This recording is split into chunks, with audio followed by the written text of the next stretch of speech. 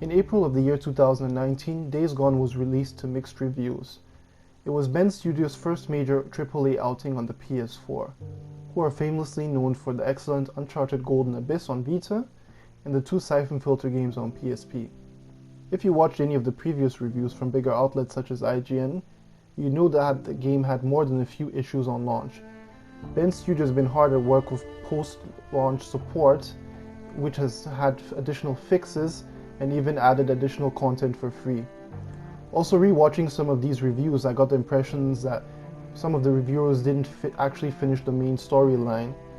Now that I just finished the game myself, I believe the game needs a re-evaluation, hence why I'm putting out my own review. Please enjoy.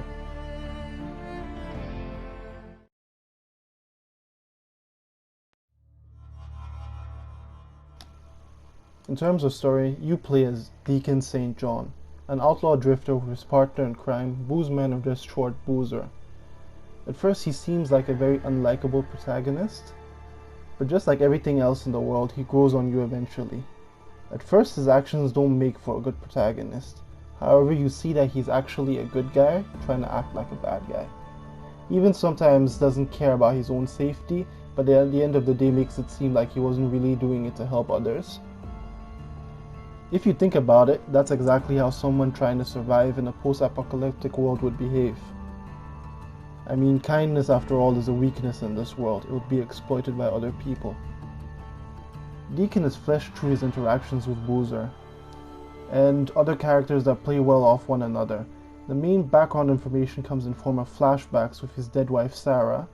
These are nice and give insight to who Deacon was before the world was overrun by freakers. These occasionally even got a chuckle out of me, because of some funny stuff which would happen. However, these can sometimes be annoying because they become a walking simulator in which Deacon walks and talks with Sarah. The good thing is that they don't overstay their welcome, and just when you thought you don't need to see another flashback, the game just stops with them altogether.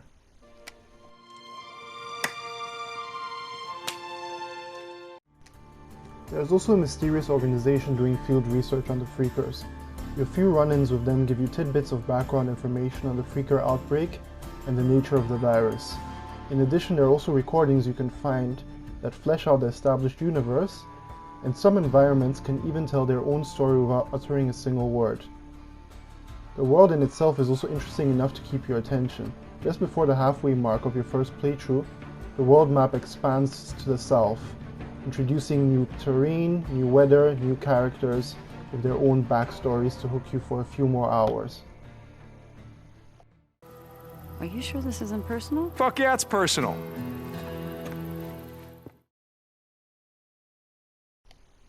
The whole beginning section as you start up the game is a tutorial to ease you into playing the game. It's accompanied by story elements, so it goes down very well. Unlike most other modern games today, it really only covers the basics of basics. It's quite uninvasive in that regard and lets you figure certain things out for yourself. It's quite refreshing actually. I for one welcome this. Melee especially at first needs a bit of getting used to, but after a while it feels like second nature and gives you a satisfying impact as your weapon connects with the enemies. By default you have a knife that doesn't do a lot of damage, but you can pick up items to use as weapons scattered in the world or pick them up of downed enemies.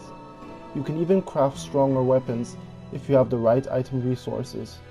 The crafting is kept quite simple in favor of accessibility, and as you progress through the story, you can craft more and more powerful items.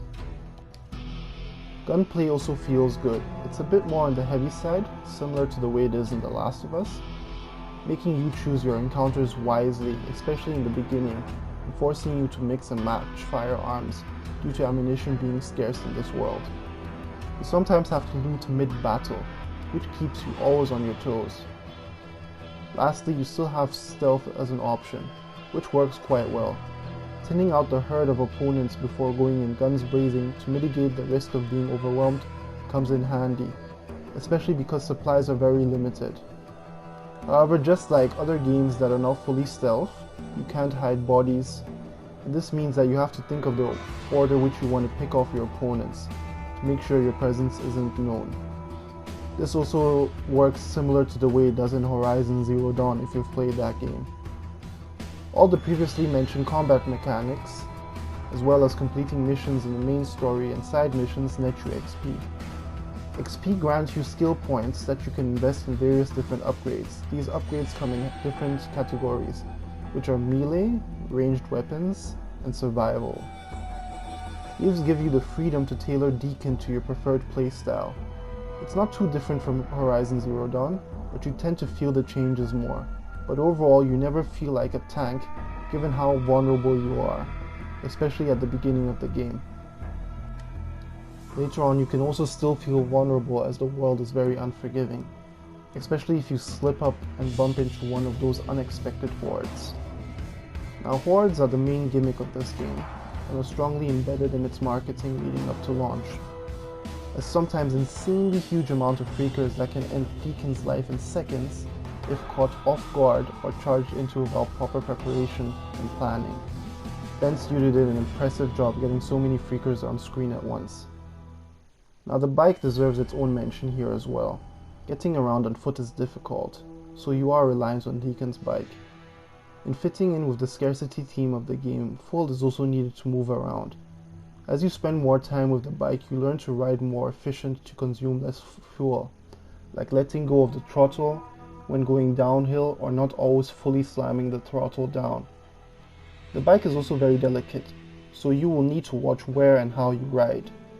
In case something does happen though, you can repair it with scrap found around the world. Furthermore, the bike is of importance as you can only manually save next to the bike. Don't worry though, the game regularly auto-saves even without the bike. Very early on, Deacon gets the ability to upgrade different aspects of the bike.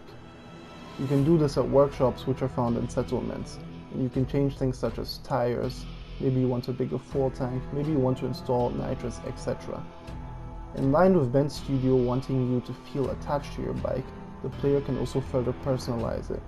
You can choose various different paint jobs, change headlights, change other elements to suit your style. And as you progress through the game, more of these options unlock. A special mention is also deserved to other modes which have been added post-launch as free additions to get more mileage out of the game. The obvious ones are New Game Plus, which lets you carry over your previous character with their current skills. The challenge mode is really great in my opinion. It's free as well, which gives you additional 12 challenges. These vary from time trial with your motorbike, different spins on fighting hordes or surviving wave of ambushes. For those of you interested in trophies, this game currently has 61 of them. The base game is fairly straightforward and easy for completionists. The Survival 2 and the New Game Plus options are a bit tougher. The real challenge, however, comes from the challenge mode. See what I did there?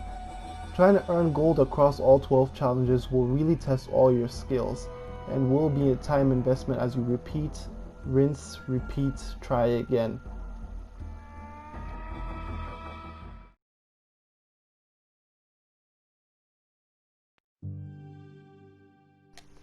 At first, Days Gone doesn't strike you as a pretty game.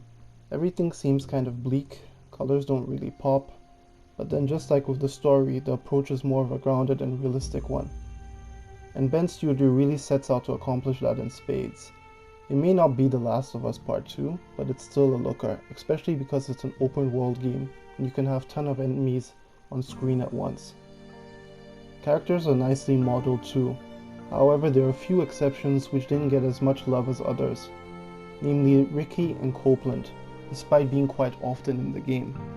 All the other characters just look a tad better than them, and you will notice this slightly as you play. Animations are top-notch across the board too, whether it being in cutscenes or during gameplay. Freakers move believably erratic as they storm you, and human characters as well are animated believably as they attack and flank you. Worth mentioning are also the interactions with the bike. You can see Ben Studio put in a lot of work to make Deacon move around with the bike believably to further the immersion of the player. Audio design is also very good. The Freakers make menacing sounds, especially as a horde. Performances from voice actors are also quite solid across the board, but nothing award-winning. The one-off characters, however, which you meet during side quests or on random open world events, just do the bare minimum unfortunately. Background music helps establish the atmosphere in certain scenarios or in combat. There's nothing mind-blowing here, just like with the voice performances, but what is here is solid and gets the job done. The game as of this version 1.61 is now quite polished, but being an open world game, there's still the occasional open world jank. In my time with the game, I experienced a few issues with enemies and rare cases of textures not loading in properly. In my whole playthrough, I only experienced a freeze up once in this game. In terms of frame rates, the game holds it quite well, especially when battling hordes of freakers. In these scenes, I never experienced any dips. There are rare stutters in the game, but they seem to be related to streaming of the world and not the amount of enemies. Overall, this game does look great, and Bend Studio has done a great job of patching it in its current version, even reducing the game's total size on the hard drive. With the PS5 on the horizon, as of this review, this game could be a good contender for enhanced backwards compatibility on Sony's new console.